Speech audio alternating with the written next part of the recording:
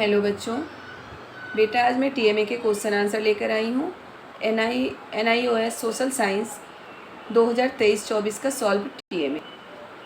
बेटा ये class 10th के लिए है। टीएमए आपके लिए कितना इम्पोर्टेंट है, कितना महत्वपूर्ण है, ये आप बहुत अच्छे से जानते हैं। टीएमए अगर आप बहुत अच्छे से करके अपने टीचर को दो तो आपको इंटरनल 20 नंबर का होता है टीएमए, तो आपका अच्छे नंबर आपको मिल सकते हैं इंटरनल। और 19-20 नंबर बहुत ही इम्पोर्टेंट होता है, बहुत महत्व रखता है हमारे लिए। तो ये सॉल्व टीएमए ये वीडियो देखकर आप अपना टीएमए तैयार कर सकते हैं। अब हम देखते हैं क्वेश्चन नंबर फर्स्ट है, हड़प्पा सभ्यता के पतन के मुख्य कारणों की पहचान और वर्णन करें। बेटा ये क्वेश्चन 2 नंबर का है। अब इसका आंसर देखिए। हड़प्पा सभ्यता एक प्राचीन इंदु सभ्यता थी जो भारतीय उपमहाद्वीप में लगभग 2600 ईसा पूर्व से 1900 ईसा पूर्व तक विकसित हुई थी। इसके पतन के मुख्य कारणों में बार बार आने वाला बाढ़, नदियों का सूखना, मिट्टी की उर्वरता में ह्रास, प्राकृतिक आपदाएं, जलवायु परिवर्तन और शायद युद्ध हो सकता है। बेटा इतिहासकारों का मानना है कि हड़प्पा सभ्यता के पतन का कारण क्या क्या हो सकता है। बार बार आने वाला बाढ़, यानी कि बाढ़ के कारण हो सकता है, नदियों का सूखना, पानी की कमी के कारण भी उसका पतन हो सकता है, या फिर मिट्टी की उर्वरता का ह्रास, मिट्टी हो सकता है मिट्टी की उर्वरता ख़त्म हो गई हो जिससे फसल खराब हो जा रहे हो। प्राकृतिक आपदाएं में भूकंप, बाढ़, ये सब प्राकृतिक आपदाएं हैं। जलवायु परिवर्तन या फिर युद्ध के कारण भी उसका पतन हो सकता है। इसका कोई जो बिल्कुल सही रीज़न है वो किसी को नहीं पता है। अब इतिहासकार मानते हैं कि इन कारणों में से कोई भी एक कारण हो सकता है, या हो सकता है सभी कारणों का मिला जुला रूप हो जिस कारण की हड़प्पा सभ्यता का पूरी तरह से पतन हो गया। तो ये क्वेश्चन बेटा 2 नंबर के थे। फर्स्ट नंबर का क्वेश्चन बेटा आपका जो टीएमए है वो हर क्वेश्चन में ए और बी 2 पार्ट होते हैं और आपको एक को ही करना है। ऑप्शन होता है हर क्वेश्चन में। क्वेश्चन नंबर 1 में मैंने ए किया है। अब है क्वेश्चन नंबर 2। क्वेश्चन नंबर 2 का भी ए ही सॉल्व किया है मैंने। ये भी क्वेश्चन आपके 2 नंबर के हैं। 2 नंबर का हड़प्पा सभ्यता का, 2 नंबर का ये। क्वेश्चन नंबर 2 हम देखते हैं। अपने क्षेत्र में जैव विविधता को संरक्षित करने के लिए कोई 2 उपाय सुझाइए। यानी कि हम अपने क्षेत्र में जैव विविधता को कैसे संरक्षित कर सकते हैं। ये क्वेश्चन भी 2 नंबर का है। आंसर है अपने क्षेत्र में जैव विविधता को संरक्षित करने के उपाय इस प्रकार हैं। पॉइंट फर्स्ट, पेड़ काटने पर रोक लगाकर हम जैव विविधता को संरक्षित कर सकते हैं, क्योंकि पेड़ पौधा जैव विविधता का अभिन्न अंग है। आपको पता है बेटा कि जैव विविधता में पेड़ पौधे, पशु पक्षी, जानवर सभी आते हैं। मिट्टी, पानी, हर चीज़ जैव विविधता में है और पेड़ पौधा जैव विविधता का अभिन्न अंग है। बिना पेड़ पौधे के कोई भी जीवित नहीं रह सकता। तो हम अपने आसपास पेड़ काटने पर रोक लगा सकते हैं, इससे भी जैव विविधता संरक्षित हो जाएगी। दूसरा है घायल पक्षियों के लिए अस्पतालों की स्थापना करके। हम घायल पक्षियों या पशुओं के लिए अस्पतालों की स्थापना करवा सकते हैं अपने आसपास, जिससे कि उनका इलाज हो सके और उनकी मृत्यु ना हो और उनका नुकसान ना हो। अब क्वेश्चन नंबर 3 है, मौलिक कर्तव्य भी मौलिक अधिकारों के समान ही महत्वपूर्ण है, सिद्ध कीजिए। बेटा ये क्वेश्चन भी 2 नंबर का है। आंसर देखिए। मौलिक कर्तव्य भी मौलिक अधिकारों के समान ही महत्वपूर्ण है, क्योंकि वो किसी राष्ट्र की समग्र भलाई और प्रगति में योगदान करते हैं, जबकि मौलिक अधिकार नागरिकों को विभिन्न स्वतंत्रताओं और सुरक्षा के साथ सशक्त बनाते हैं। यानी कि मौलिक कर्तव्य क्या है, वो किसी भी राष्ट्र की समग्र भलाई और प्रगति में योगदान करते हैं, जबकि मौलिक अधिकार नागरिकों को विभिन्न स्वतंत्रताओं और सुरक्षा के साथ सशक्त बनाता है, यानी कि हमें शक्तिशाली बनाता है, हमें हमारे अधिकार देता है। वो मौलिक कर्तव्य जिम्मेदारी और नागरिक चेतना की भावना पैदा करता है। मौलिक कर्तव्य हमें अपने देश के प्रति जिम्मेदार बनाता है और हमें ये चेतना की भावना पैदा करता है कि हमें हमारे देश के लिए हमारे क्या कर्तव्य हैं। इस कर्तव्यों का पालन करके व्यक्ति लोकतांत्रिक सिद्धांतों, सामाजिक सद्भाव और राष्ट्रीय अखंडता को कायम रखते हैं। इसलिए एक संपन्न और एकजुट राष्ट्र के लिए मौलिक कर्तव्यों और अधिकारों दोनों को पहचानना और उनका पालन करना आवश्यक है। बेटा हमें अपने अधिकार के साथ साथ हमें अपने कर्तव्य का भी पता होना चाहिए। कि हमारे अधिकार क्या हैं। अधिकार तो सभी को पता होता है, लेकिन उसके साथ साथ हमें हमारे देश के प्रति जो कर्तव्य है उस कर्तव्य का भी पता होना चाहिए।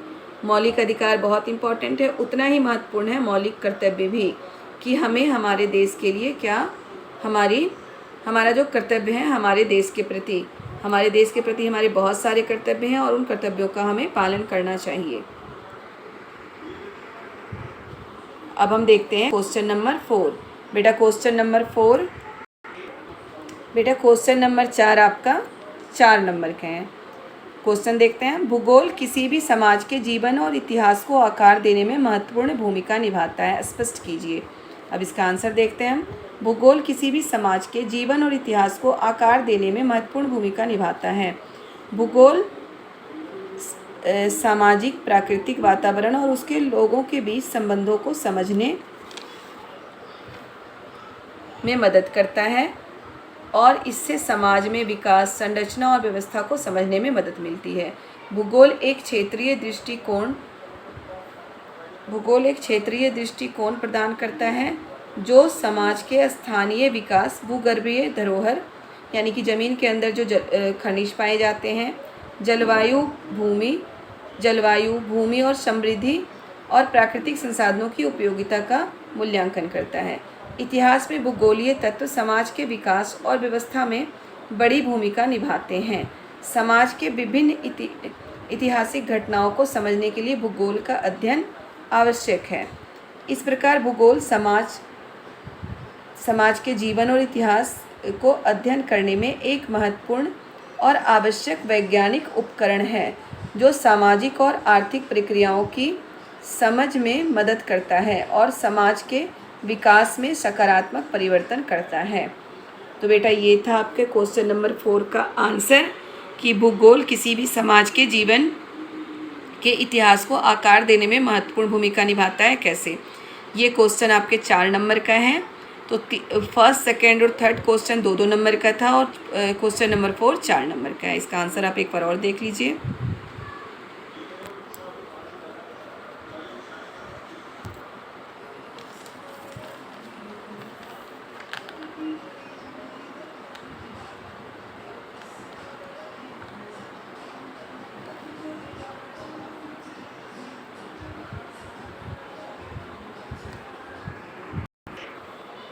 बेटा ये है क्वेश्चन नंबर 5।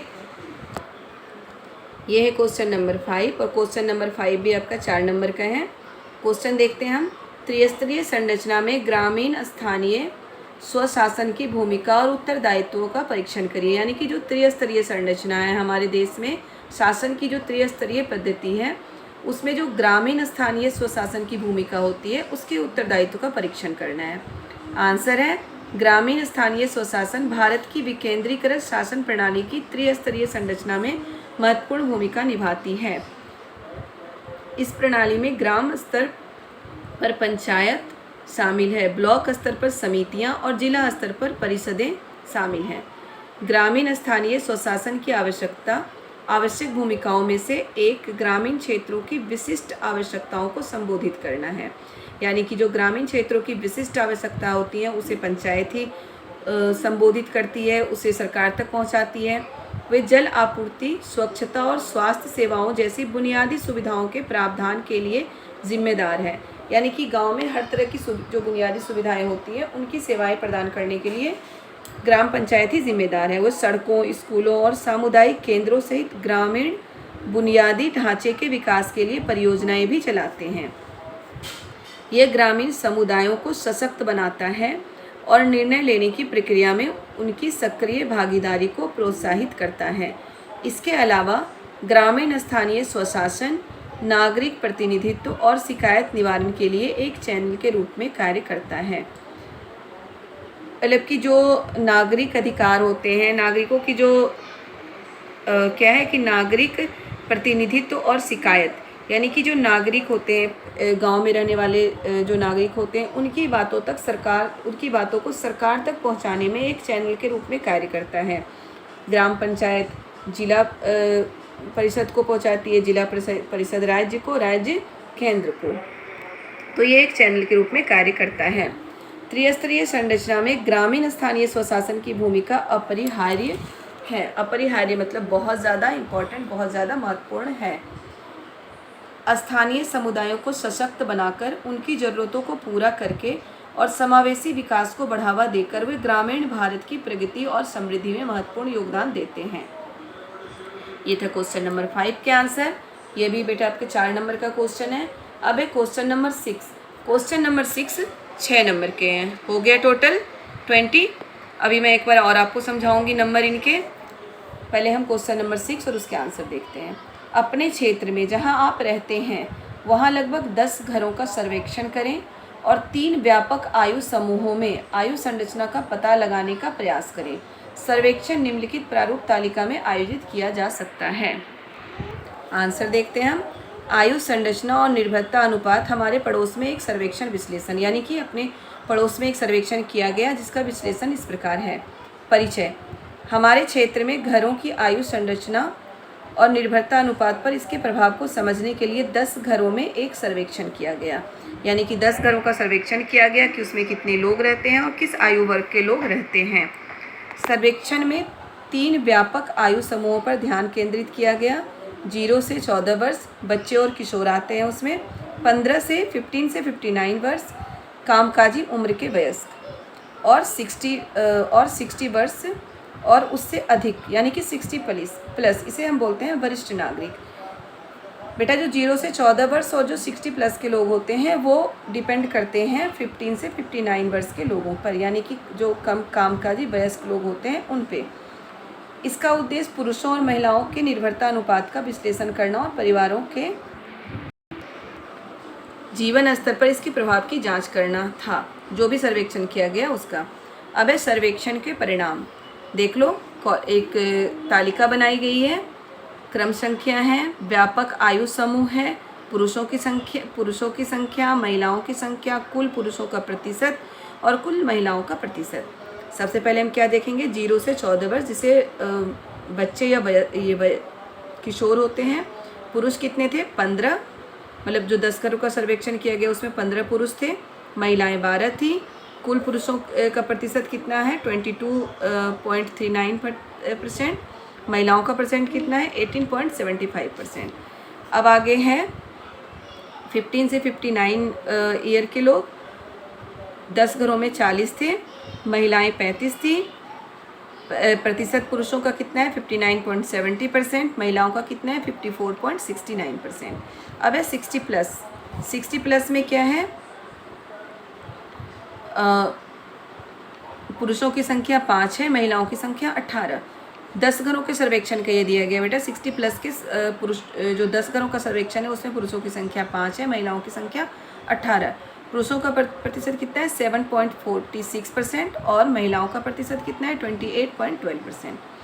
अब आगे हम देखते हैं, निर्भरता अनुपात एक महत्वपूर्ण जनसांख्यिकी संकेतक है जो कामकाजी उम्र की आबादी की तुलना में आश्रित व्यक्तियों की संख्या का आकलन करता है। यह आश्रितों को सहारा देने के लिए कामकाजी उम्र के व्यक्तियों पर पड़ने वाले आर्थिक बोझ को मापने में मदद करता है। निर्भरता अनुपात क्या होता है बेटा, जो कामकाजी उम्र होती है, यानी कि 15 से 59 वर्ष के लोगों पर आश्रित व्यक्ति होते हैं, यानी कि 60 प्लस, 15 वर्ष से कम उम्र के बच्चे और 60 वर्ष से 60 वर्ष से ज़्यादा उम्र के वयस्क, ये उन पर आश्रित होते हैं। 15 से 59 वर्ष के लोगों पे क्या है, यह आश्रितों को सहारा देने के लिए कामकाजी उम्र के व्यक्तियों पर पड़ने वाले आर्थिक बोझ को मापने में मदद करता है। अब आगे देख लो आप, पुरुषों पर निर्भरता अनुपात किस तरह से हम निकाल रहे हैं। जो हम ये 10 घरों का सर्वेक्षण कर रहे हैं वो इस प्रकार है। पुरुषों पर निर्भरता अनुपात निकाला गया है, 50% है पुरुषों पर निर्भरता अनुपात। वहीं है महिलाओं पर निर्भरता अनुपात। महिलाओं पर निर्भरता अनुपात कितना है, 85.71%।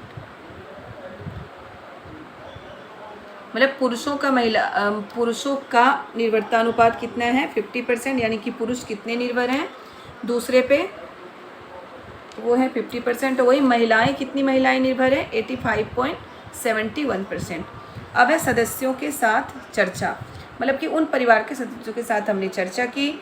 उस चर्चा में हमें पता चला कि जो महिलाएं होती हैं, बहुत सारी महिलाओं को मौका मिलता है काम करने का, नौकरी करने का, लेकिन वो बुज़ुर्गों और रिश्तेदारों को पर्याप्त देखभाल प्रदान करने की आवश्यकता के कारण अपना करियर विकल्प को खो देते हैं, मतलब सीमित कर देते हैं।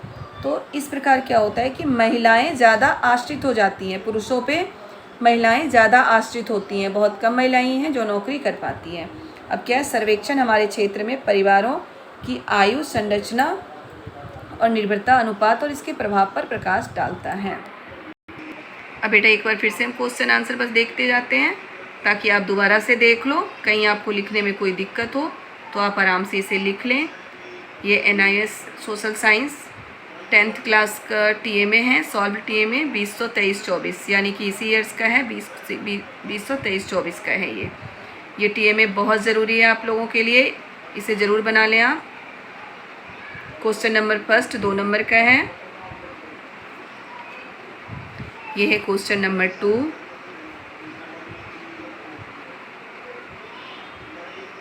ये भी आपके 2 नंबर का है क्वेश्चन नंबर 2, ये है क्वेश्चन नंबर 3। क्वेश्चन नंबर 3 भी 2 नंबर का है, यानी कि फर्स्ट, सेकंड और 3 2 नंबर के हैं। तो कितने नंबर हो गए बेटा? 6 नंबर।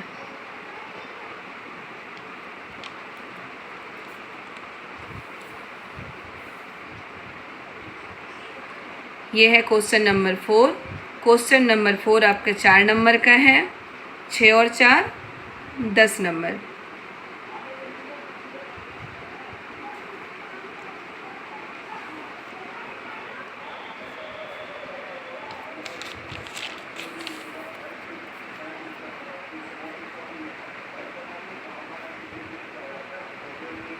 मैं आपको दोबारा से सारे क्वेश्चन के आंसर दिखा रही हूँ ताकि आपको कोई कन्फ्यूज़न ना हो। आप दोबारा से आंसर लिखने के बाद फिर से इसे ज़रूर मिला लें कि कोई पॉइंट ना छूट गया हो, कोई टॉपिक ना छूट गया हो।